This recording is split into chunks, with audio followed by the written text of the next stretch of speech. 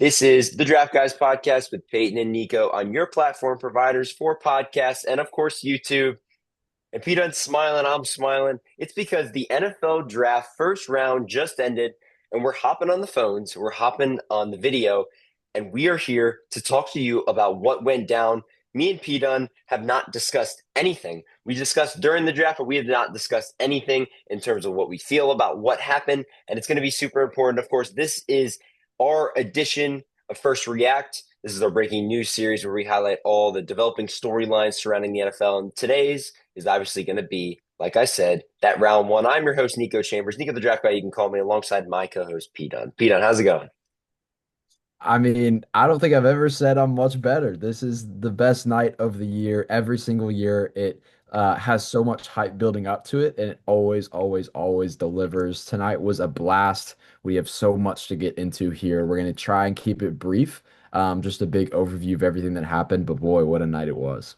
Yeah, a lot of teams with two selections, multi-selections, I will say, in this first round. A lot of teams doing a lot of different things, a lot of trades in that kind of back half of this first round. But we got to get into it all. We're going to jump straight into it. We're not going to talk about Mendoza. That's a chalk pick, easy to do. We're going to talk about 2 and 3, though, because these are the ones that gave us the most trouble in our mock drafts. David Bailey is going to go to the Jets here at number 2, and Jeremiah Love at 3. Pete, do you have a preference on how you want to talk about these two prospects?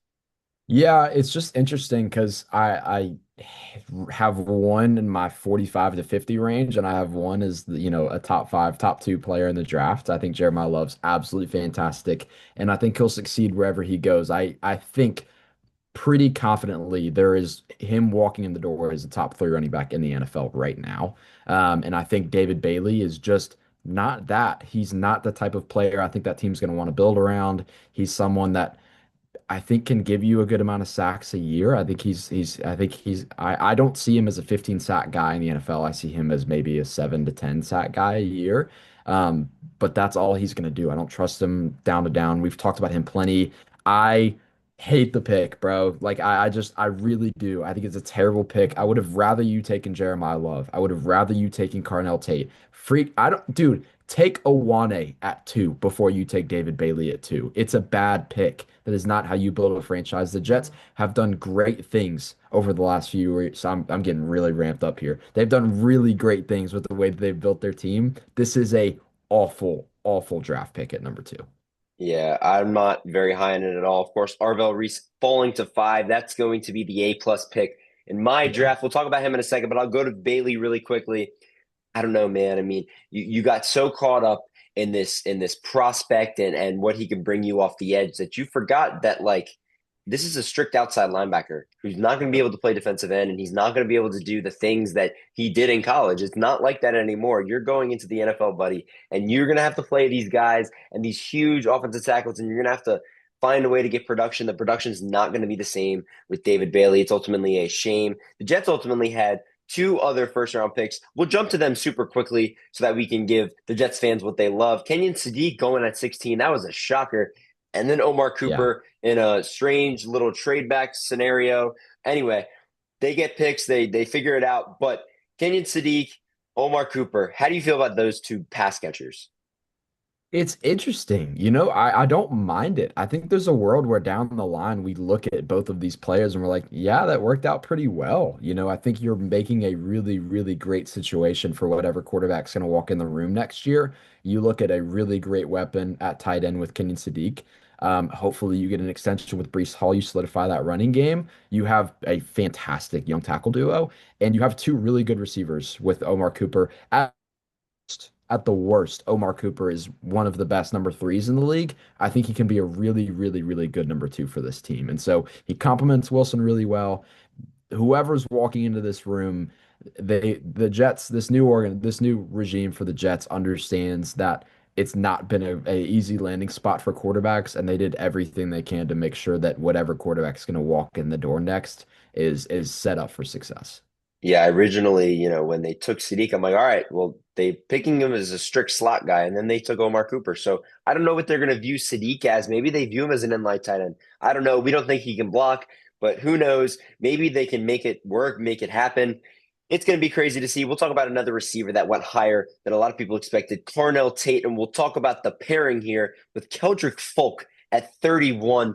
What an unbelievable pick. And I'll say this, when we rank these prospects, it's hard, man, because we're jumping on the pod. We're just telling you their ranks. I'm telling you that these rankings, these grades, they will be different for what happens on Monday when we come on the pod after the 7 rounds comes on. It's going to be completely different. Carnell Tate, for me, when they drafted him, it was a B.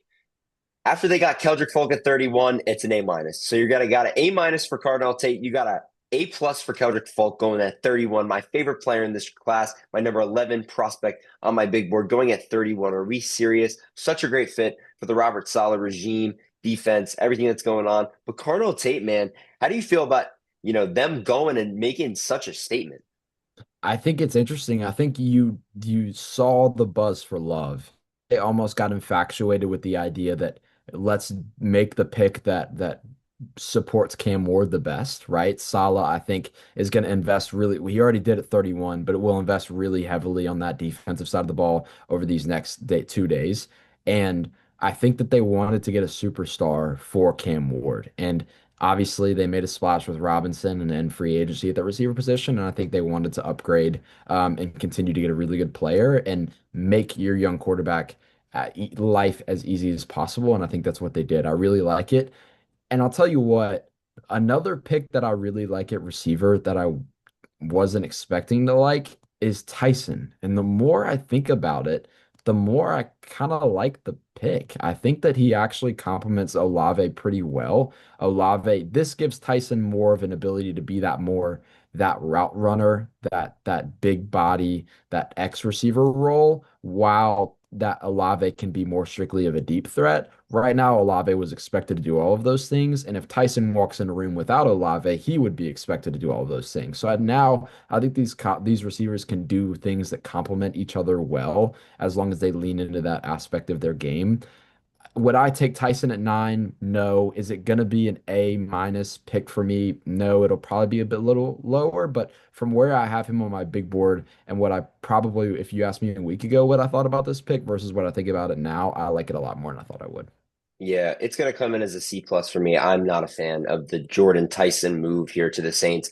Absolutely not, in my opinion. I just don't think that it fits what they have going on. They have a lot more other needs. You could have went Reuben Bain at that spot. You could have went Caleb Downs. I mean, you have so many impact guys on this board who could have been more of an impact than Jordan Tyson would be year one. And I say C plus, and you're like, oh, that's not that bad. That's pretty bad for in terms of we're pretty generous on these grades for first round players. We're not throwing out Fs unless it's like a Tyleek Williams type of situation like last year. But at the same time, yeah, it's a C plus for me.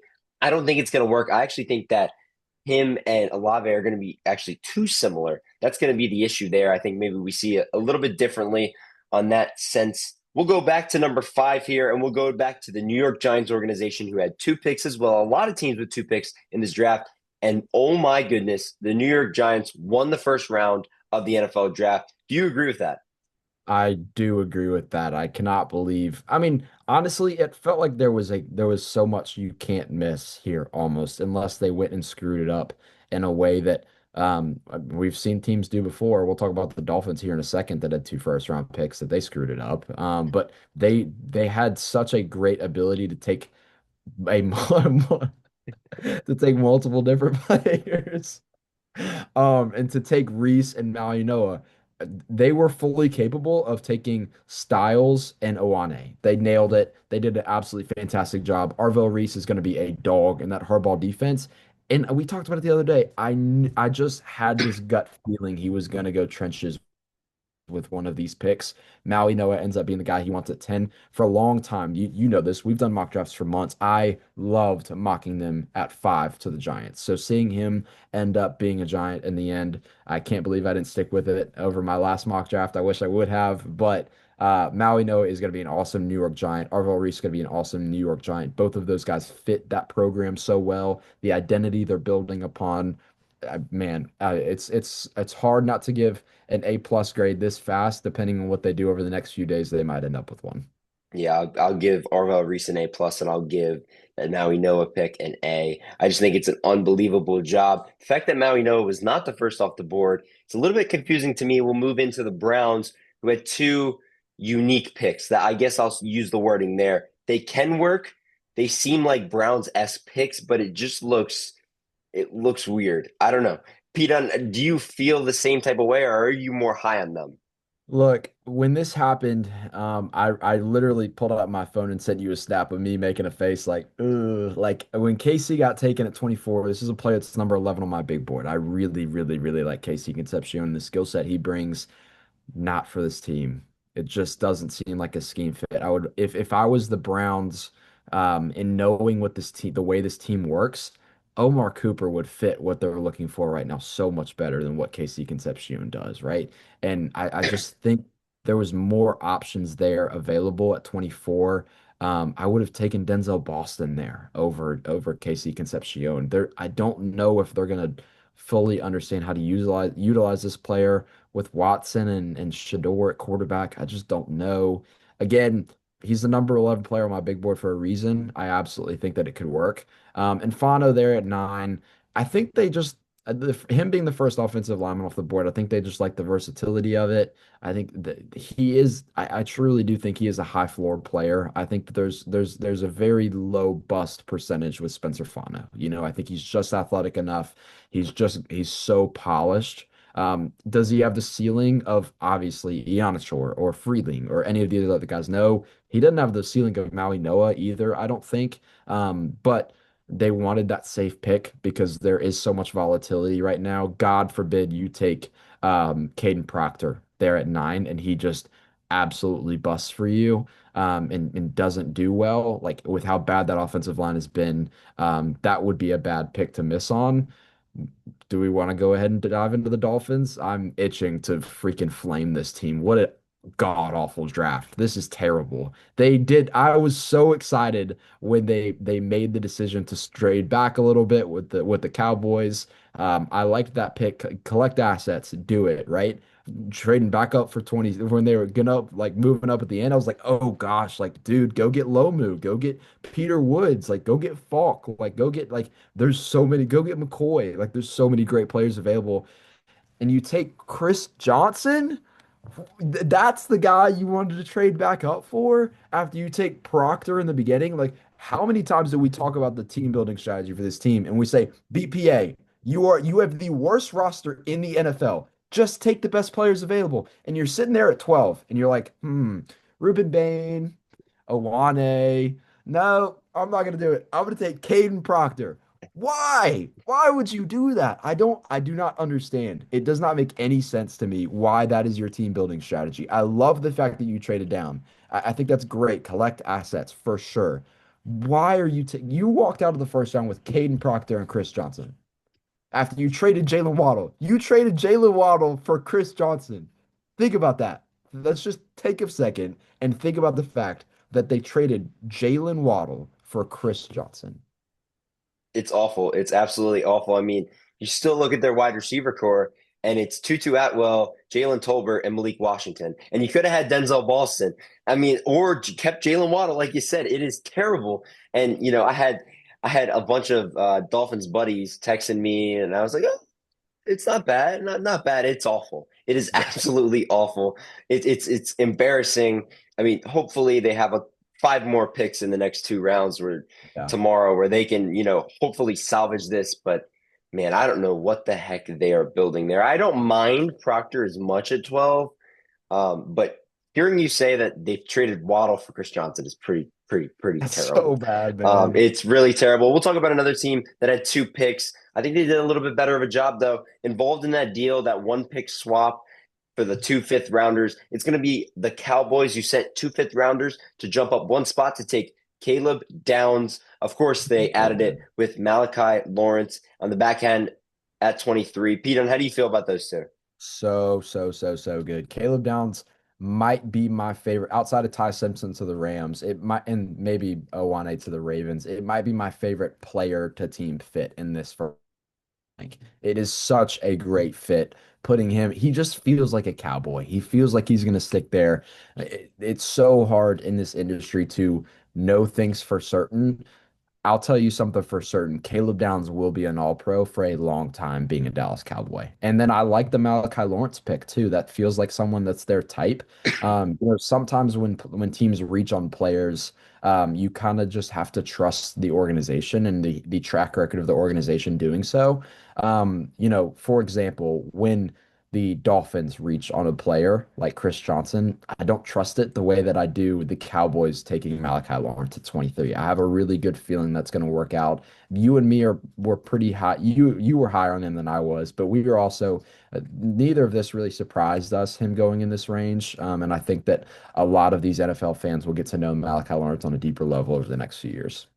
Yeah, once upon a time where before this round one final, few picks, it was supposed to be the Niners who ended up going all the way to 33 after two trades, but it was supposed to be them, and I had Malachi Lawrence mocked to 27 at that slot. So yeah, I think the range maybe a little reach, but hey man, if you can work with it, you can work with it. Big fan of that. And of course, Caleb Downs, man, I'm pretty sure was Michael Parsons the 11th overall pick after they traded up one spot. It seems the exact same I thing. And that Yeah, one team was yeah. the Eagles. And we'll talk about the Eagles right here because Makai Lemon ends up an Eagle. Awful.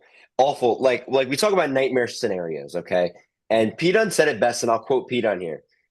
We don't know what's going on with AJ Brown. That's a diva receiver that you're kind of getting out, and you bring in an even bigger diva. What is going on? I talked about it in the joint mock draft. I said I literally came around to Makai Lemon this draft process. At the beginning, I hated him as a prospect. I said he's going to be a bust. It was going to be terrible. He can work out in a few places. That's what I said yesterday, and I'm coming around to the point where he's number 28 on my big board. Him going to the Eagles here puts him in the 50s. And if I could redo it with the team grades, no, it's an absolute no for me. It doesn't fit. They're too similar to what he's going to be running with Devontae Smith and Hollywood Brown and the receivers that they have there if AJ Brown does go. I'm not a fan of it. Pete, let me know. What do you think? Oh, I couldn't agree more. And this is a player I'm much higher on than you are. I like Makai Lemon a lot. I like the skill set a lot. Thinking of the way the passing offense he was in at USC with Jaden Maiava versus the passing offense with Jalen Hurts, dude, I mean, it just doesn't work. That's not the player he is. And the diva he is, with the amount of targets he's going to want to get, the way he's going to carry himself in the locker room with it's just bad. It's just a bad pick. The Eagles have always drafted well. Maybe they're gonna see through this one and do better. And this will turn out better than maybe you and me expect it to. But man, it is not looking good right now. I don't like this pick at Yeah. all. We're going to try to forget about it. We'll move to a team that did an unbelievable job. We'll jump back up to 6 here with the Kansas City Chiefs, and of course 29, where they go Delane after trading up from that 9 slot to go get Delane. And then at 29, you go get Peter Woods. I mean, what an unbelievable job of team building. We said it best. It is so hard to mess up.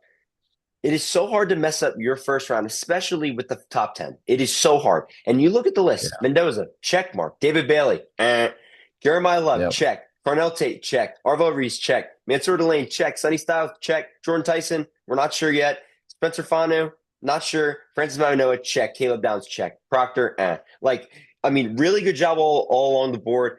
Great job in terms of ranges throughout of teams sticking to guys with the range. Mansour Delane was their biggest team need at corner. They addressed it. They got a great player. And then talk to me about Peter Woods at 29. Yeah, I mean, just a great spot, truthfully. Like I wasn't as high on you were as you are on Peter Woods. Again, as weird as it sounds that I'm higher on him than consensus, I have no idea why the fall for Peter Woods has happened over the last month or so. He's absolutely worthy of being taken probably higher than this. If you bet on the upside and you're in the Chiefs, you are the Chiefs, and you have an opportunity to draft a player of that caliber, take him and let him sit behind Chris Jones for God's sake and let him learn behind him. You're gonna have a really, really good three tech for that defense for a long time. And I mean, don't even get me started on Delane. Like again, I'm a little lower on him than consensus. He's exactly what that team needs. Exactly what that team needs on the outside. You were talking about the episode we'll do where we do our team specific big boards and rank these players based off of the fits that they're in on their teams. Delane will be a lot higher on that big board because I think it's really going to work out there. It's going to be super fun. We'll talk about another really good landing spot for a player. Your number one player on your big board, Sonny Styles, is going to the Washington Commanders. A large part of our fan base is Commanders fans. So talk to them about this pick and how you feel about it. I mean, I think it's fantastic. He's my number one player in the draft. This is a fantastic landing spot for him. I remember a couple cycles, a couple mock drafts ago, we had gotten so in the habit of taking him either at 3, 4, or 5 to either one of those teams. And there was a mock draft that we did where he fell to 7, and we were like, man, we don't do this pick a lot, but holy smokes, this is awesome if he ends up being here. And Sonny Styles, you're a commander. I think it's going to fit so well. Again, my number one player in the draft. And I think in a spot in that Dan Quinn defense that's just going to work. He raises the floor of that defense so much at a position that I think is more valuable than people are giving it credit for. And you want to talk about a valuable position and a player that I like a lot. Caleb Banks going at 18 to the Vikings. You should have heard me scream when I saw that happen. I was not expecting this dude to go in this range. And I think I said it all along. I know the league was higher on him than the draft community thinks. I know that these people see what I saw on Caleb Banks, and I think he truthfully fell because of the injuries. However, this is the correct range for him to fall with injury concerns. He is this good of a player to go in this range despite the foot problems. Caleb Banks is a monster. This is a fantastic landing spot for him. I am so stoked. I cannot wait till he's one of the best defensive tackles in the league. And you pull up Madden, and he's a 97 overall on Madden. And I'm sitting there and I say, that was number 4 on my big board. Everybody else is a loser, and I win. That's what I'm going to be saying with Caleb Banks. We love to see that. I can't wait for that day. We'll talk about probably the best pick in this entire draft. Number 14, Owane, going to the Ravens. I mean, a match made in heaven. We had it mocked in multiple mocks for us, and it ends up happening. He ends up falling to 14. Pete, how can you explain this to the Ravens fans, what they're getting? Have you ever just like had the best day ever? Like you're having a great day. Like, it's sunny outside, you had a good breakfast, you slept good that night, you're wearing your favorite clothes. You walk out the door and a dude hands you a pair of keys to a Lamborghini and he's like, "No, man, just take it." It's just like he just gives you a Lamborghini and it's yours now.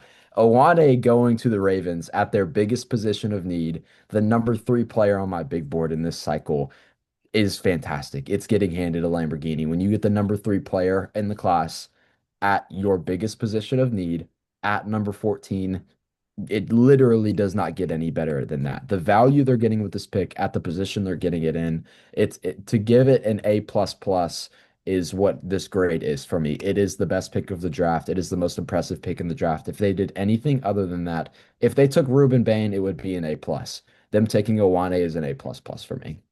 Yeah, I want to know what you think about Ruben Bain because obviously he falls to 15. Interesting fall. He goes to a team that desperately needed edge, but at the same time, as an analyst watching this unfold, I don't feel as great as I thought I would. So, can you talk to me about how you feel about this slot? Anytime this happens, you naturally you question why did this happen, right?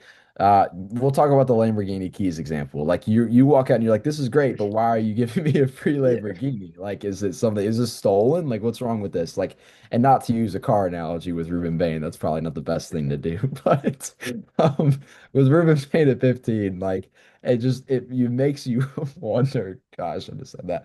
It makes you wonder like why is he here? And so, is there more off the field concerns that people have?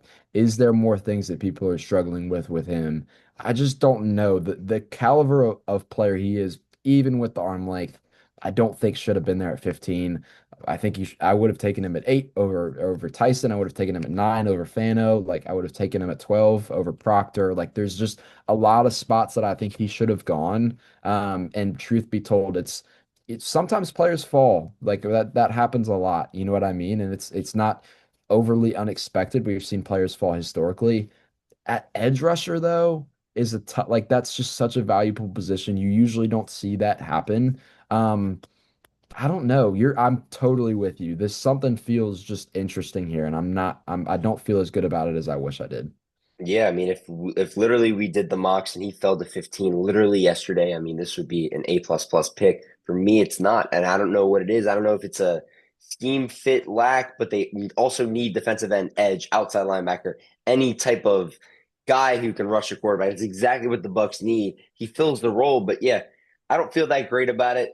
Another pick that I don't feel the best about. This is a team that usually likes to reach on their players. It's going to be the Lions here at 17 with Blake Miller. I like Blake Miller. Not in this range, though. Not before the guys that went off the board. Not before Monroe Freeland. Maxi Honachor, Blake Miller, okay, maybe. But, like, I don't know. Caleb Lomu, even. This is more of a reach. How do you feel about this? It's more about, obviously, a scheme fit and a team fit type of player. Yeah, I don't know. Again, I'm not anti Blake Miller at 17. I'm just not like, is there uh it's just tough. Like I understand you need the tackle. I understand that he's the one that they wanted, and I guess truth be told, if they liked him more than Lomu and they liked him more than Freeling and they liked him more Iannichor, I guess take them. And I guess that's what you kind of just trust with these organizations is at some point you just they do this research and there's a reason that if there was so many other GMs, if you took a poll of every GM and what they would do at 17, you'd get probably 10 different answers on the players that they would have taken in that spot for that same roster. And so that's just kind of the industry we're in. I don't hate it. It's going to get a B minus B-ish range for me when we do it. Again, at a position like that, they've done a good job the last few years of investing in that offensive line. They've had good offensive lines there. And it's time for them to kind of move on to this next cycle of offensive line and reinvest in the position. And if that's the guy that they want, then I'm gonna trust the Lions on that pick. Yeah, I think I'm going to trust him too. A guy that was definitely a reach in this first round, probably the biggest reach, Yep. but I think he's a good football player. It's Keelan Rutledge. I'm going at 26 to the Texans organization. Um, yeah, I think this is more of a fit. I actually gave it a B. I'm a little bit higher on it than a lot of people would Ooh, be, wow. which is interesting because I think that when you're looking at the holes of this, Texans team, there's not many. There's not many that you're like, I definitely need that at number 26 in the first round. So you can kind of plug and play on whatever you would like, however you would feel. That's why I'm a little bit higher on the pick, but I want to hear your thoughts. I just don't think it was the player I would have taken. And again, you talk about looking at the roster. There's two main needs on this roster, and it's defensive tackle and specifically interior offensive line. And so I don't think you're taking Lomu here. Like I don't think there's another offensive line you're taking, but man, Peter Woods and Christian Miller are both on the board. Caden McDonald's on the board if that's the guy you want. Lee Hunter, if you fall in love with Lee Hunter, that's the guy on the board, right? And so you've got all of those guys, your pick of the litter at defensive tackle. And then Emmanuel Pregnon's on the board. Like again, it's kind of the opposite of the Lions. Like the Texans haven't drafted well on the offensive line over the last few years. They really haven't. They've had a lot of misses, specifically on the interior, and they haven't done a great job at investing in that offensive line. And this is the guy that you want over getting a potential like really high level starter at the defensive tackle position. I understand that you have those picks at the top of the second round that you could possibly invest in the defensive tackle position there. Again, I'd rather have Christian Miller here, and Keelan Rutledge would have been there at one of those second round picks, right? Christian Miller probably is not going to be there. Maybe he is, and maybe we're wrong, but our job is to criticize the first round, and I don't think you went at it in the right order, if that makes sense. Yeah, but it's probably not going to matter. I mean, they pick at what, 39, 40 around that range. So they're probably going to get a guy that should have went in the first there, and then they could swap it, mentally. But on the board, it's going to look a little bit stranger. I'm not too happy with the Caleb Lomu pick, and I think that you're going to disagree with me. I don't understand it. I don't understand it, especially after last year going with Will Campbell. It makes me question: are they going to try to move Will Campbell to guard? And they obviously, you obviously have another, tackle spot that could be open to put Lomu, but I think he's more of a developmental tackle. So if you thought Will, you know, last year, Will Campbell was more of that developmental, and now you're trying to figure out if he's a guard or not, and you throw in a developmental tackle. It's just like too much for me at 28 to the Patriots, them trading up to go get him. You like him a little bit more than I do. You don't think of him as more of that developmental prospect. So how do you feel about this? I do think of him as a developmental prospect. I think all of these tackles need to be developed a little bit. However, I just think I trust that the tape was a little bit better. I liked it more than you did. I think he's got a little bit more of a feel for the position than you do. I'm just a little bit higher on his ability to, he's played right tackle before in his college career, so there is a opportunity for him to move over to that right side. I'm with you though. The first thing that popped into my head is like, are you going to move Campbell to guard after you've been so adamant for such a long time? Like, no, he's a tackle. Like, that's going to mess with a dude's head if you take him and you're like, all you do is publicly praise him about how he's an offensive tackle and your number one protector for your quarterback, and then you put him at guard. It just feels weird. You know what I mean? Okay, we've got two major ones left that I want to talk about. Do you want to talk about Price or you want to talk about Simpson first? Let's talk about Price. You were talking about Will Campbell in that last segment, a guy who got publicly humiliated by that Seahawks defense in the Super Bowl. Jadarian Price is going to be a guy who is going to humiliate some NFL players this upcoming fall. I mean, just this was the pick. I wanted this to be the pick. I was thinking corner because I mean the amount of corners that were on the board. You had Terrell Yeah, there, you had McCoy there, you had Cisse Colton there. Hood. Colton Hood was there. Like, I mean, all those guys were on the board. Chris Johnson would have not been one of the guys I would have been saying. However, Janarian Price was one of the other guys that I was saying. I wanted a lot of guys in that pick, and the Seahawks do it every year. They get the guy I want. It's a great thing to be a Seahawks fan. I wanted Eamon Warrior last year. They got him. I wanted Miller. They got him. I wanted Janarian Price. They got him. I wanted Zabel. They got him. I mean, it's just unbelievable. Great day to be a Seattle Seahawks fan, and it's an even better day when the Rams decide to reach on a quarterback who's not that good, who's not going to be that good. Maybe this is a really good spot for him. But as a Seahawks fan, I mean, I am thrilled that Ty Simpson is being viewed as a franchise quarterback for the LA Rams. I couldn't disagree more. I think it's a great pick. I love it. I think Ty Simpson, this is the perfect spot for him. I think I've talked about it before. I think he's an elite processor. I think he's really good.